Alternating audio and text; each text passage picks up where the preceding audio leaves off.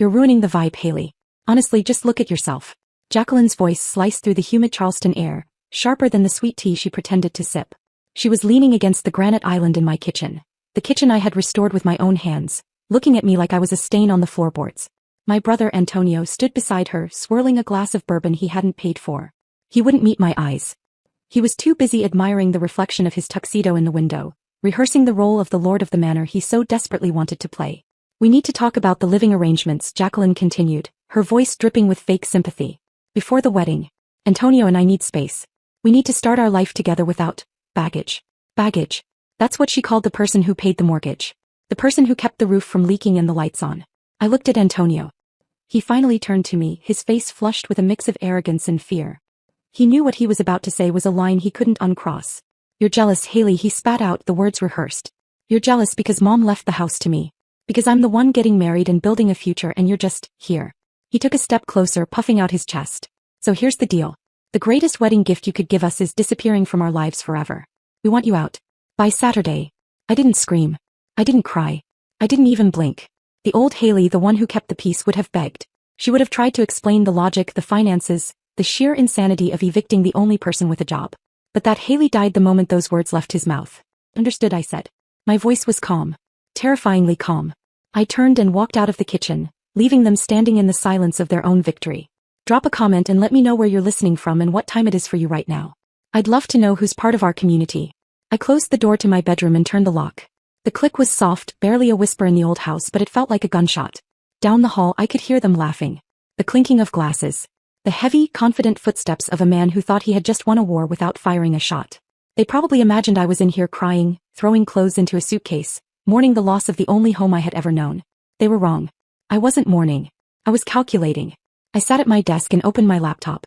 The screen glowed to life, illuminating the room I had painted, the shelves I had built, the life I had curated within these walls. But I didn't look at the photos or the keepsakes. I pulled up the inventory list I had created 6 months ago, the day I first noticed money missing from the joint account. Antonio called himself an entrepreneur. He liked to use words like infrastructure and scalability at dinner parties to impress people who didn't know any better. He pointed to the renovated carriage garage, the climate-controlled high-security server room humming with $28,000 worth of AI processors and crypto mining hardware, and told everyone it was his tech wing. He loved the way the blue LED lights looked in the dark. He loved the noise the cooling fans made like a jet engine idling. He loved the idea of it. But he didn't own it. I scrolled down the spreadsheet. Invoice after invoice. Receipt after receipt. Every processor, every graphic card, every cable, and every cooling unit was purchased with a credit card that bore only one name. I leaned back in my chair, listening to his muffled laughter through the wall. That was the tragedy of Antonio. He wasn't born a monster. He was crafted into one layer by a family that refused to let him fail. Our mother had shielded him from every sharp edge of the world. If he broke a window, it was the wind. If he failed a class, the teacher was incompetent. She had built a throne for him out of excuses and cushioned it with my sacrifices. He grew up believing that being the man of the house was a title you inherited, not a job you did. He thought respect was something you demanded, like a refill on a drink. And Jacqueline? She was a predator who had found the perfect prey. She didn't fall in love with him. She identified a vacuum. She saw a man desperate to be the king his mother told him he was, and she handed him a crown made of cardboard. She fed his delusion because it made him easy to steer. She whispered in his ear that I was the villain, that I was the one holding him back, because she knew that as long as I was in the picture she couldn't strip the house bare. She pumped him full of helium until he floated so high he couldn't see the cliff he was standing on. I picked up my phone and dialed a number I had saved under, in case of emergency. Russell answered on the second ring. He was a forensic accountant who had worked with our family for years, the only one who saw through Antonio's charm. Haley, his voice was rough with sleep. It's 10 o'clock. I know, I said, my voice steady. I'm initiating the liquidation protocol. The servers. The hardware. All of it. There was a pause on the line. You're sure? Once we start this, there's no undo button. It's a fire sale. I'm sure, I said. I have a buyer in Atlanta who wants the processors for parts. Send the contract. I want them gone by tomorrow night. And the house? Russell asked quietly. The house is his, I said, looking at the ceiling where a water stain I had fixed last winter was just starting to fade. For now. I hung up the phone. I stood up and walked to the closet. I didn't pack a bag. I grabbed a single box. I put my passport in it. My hard drive. The photo of my mother. The one taken before she got sick, before she rewrote the will that would destroy us both. I wasn't leaving because I was defeated. I was leaving because you don't stay inside a building when you've just lit the fuse. I walked to the window and looked out at the carriage garage. The blue lights of the servers pulsed in the darkness, a heartbeat of money and power that Antonio thought belonged to him. "Enjoy the silence, brother," I whispered, "because it's going to get very quiet around here. People always ask why I stayed. Why I let a 26-year-old man live in my house rent-free, why I paid for his mistakes, why I let him treat me like an employee in my own home. They don't understand the chain. It's not made of iron. It's made of guilt.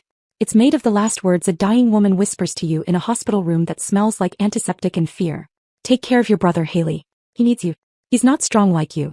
That was the trap. The invisible chain of the survivor. When our mother died 3 years ago, I didn't just inherit a house. I inherited a child. Antonio was 23 then, but he grieved like a toddler, loud, demanding, and utterly helpless. And I grieved like a soldier. I buried my pain so I could carry his. I thought I was being a good sister. I thought I was honoring her memory. But looking back at the empty hallway, I realized I hadn't been a sister. I had been a human shield. I remembered the winter the roof started leaking. It was 2 in the morning, freezing rain lashing against the siding. Water was dripping onto the hardwood in the hallway, a steady, maddening rhythm. I was on a ladder with a tarp and a bucket, my hands numb, trying to save the floorboards. Antonio was in the living room. I could hear the explosions from his video game. I asked him to help. Just to hold the ladder. "I can't pause it, Haley," he had shouted over the sound of gunfire. "It's a ranked match. Just call a guy. Call a guy." As if money grew in the garden. I didn't call a guy. I fixed the roof myself. I paid for the materials with the money I had saved for a vacation I never took. And the next morning, when Antonio complained that the banging kept him awake, I apologized. That was the sickness. The learned helplessness. I had taught him that if I ignored a problem long enough, I would solve it. I had taught him that his comfort was the priority and my survival was the backup plan. I walked over to the bookshelf and picked up a framed photo of the two of us from that first year. We were smiling, but my eyes looked tired. Dead tired. I had funded 3 of his startups. The dropshipping business that consisted of him buying inventory he never shipped. The fitness app that was just a sketch on a napkin. And finally, the crypto mining rig. Every time I hesitated, every time I tried to say no, he would pull on the chain. "Mom wanted us to help each other. You know I'm trying. Why don't you believe in me?" He weaponized my competence against me. He made me feel guilty for having a job, for having savings, for being able to function when he claimed he couldn't. He convinced me that my stability was a privilege I owed him a tax on. But tonight, looking at the dust outlines on the shelves where my things used to be, the chain didn't feel heavy anymore. It felt brittle. I realized I hadn't been saving him. I had been crippling him. By cushioning every fall, I had robbed him of the only thing that teaches a man how to walk: gravity. I wasn't leaving him to die. I was leaving him to live. To face the cold without a coat. To fix his own roof. I placed the photo face down on the shelf. The sister who apologized for taking up space was gone. The woman who stood in the dark room now wasn't a savior. She was a ghost. And ghosts don't pay mortgages. 3 days before the wedding, I came home to a silence so heavy it felt like it had mass. Usually when I unlocked the front door, the floorboards vibrated. Baxter, our red Tibetan Mastiff, weighed 160 pounds. He didn't trot, he thundered.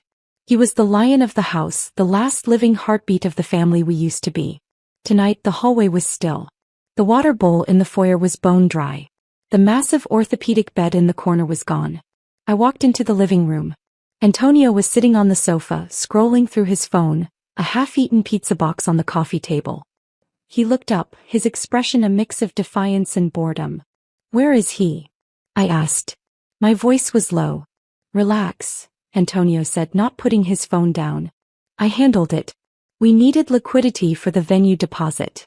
The island estate required a wire transfer by 5 o'clock. Where is the dog, Antonio?" "He's with a breeder in Savannah," he said, waving a hand dismissively. "Guy offered $45,000 cash. Do you know how much overhead that dog was costing us? The food alone was bleeding me dry. Bleeding him dry. I paid for the food. I paid for the vet bills. I paid for the air conditioning that kept the dog cool in the summer." "You sold Mom's dog," I said. "To pay for a party." "I sold an asset," he corrected, standing up. "Jacqueline deserves the perfect day. And frankly, that beast smelled. It wasn't fitting for the lifestyle we're building here. I did us a favor." He looked at me, waiting for the explosion. Waiting for the tears. He wanted me to scream so he could call me crazy. He wanted a reaction he could use to justify kicking me out. I didn't give it to him. I looked at the empty spot where the dog bed used to be. I thought about the nights after Mom died, when Baxter would rest his massive head on my lap and just breathe, keeping me anchored to the earth when I felt like floating away. Antonio hadn't just sold a dog. He had sold his soul. And in doing so he had unknowingly signed his own eviction notice. 45,000, I repeated. Cash. Cash, he smirked. Business is business, Haley. Right, I said. Business. I turned around and walked out the door. I didn't go to my car immediately. I stood on the porch, inhaling the scent of jasmine and impending rain. I pulled out my phone and called the number for the breeder Antonio had mentioned once before, a man he had bragged about meeting at a car show. It took me 2 hours to drive to the outskirts of Savannah. The breeder operated out of a warehouse that smelled of bleach and misery. He wasn't happy to see me, but he was happy to see the cash.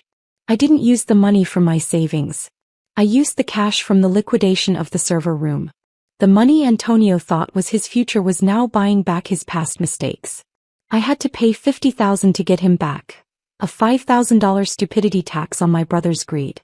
When Baxter saw me, he let out a low rumbling whine that vibrated in my chest. I buried my face in his thick red fur, smelling the warehouse stink on him, and I made him a promise. You're never going back there.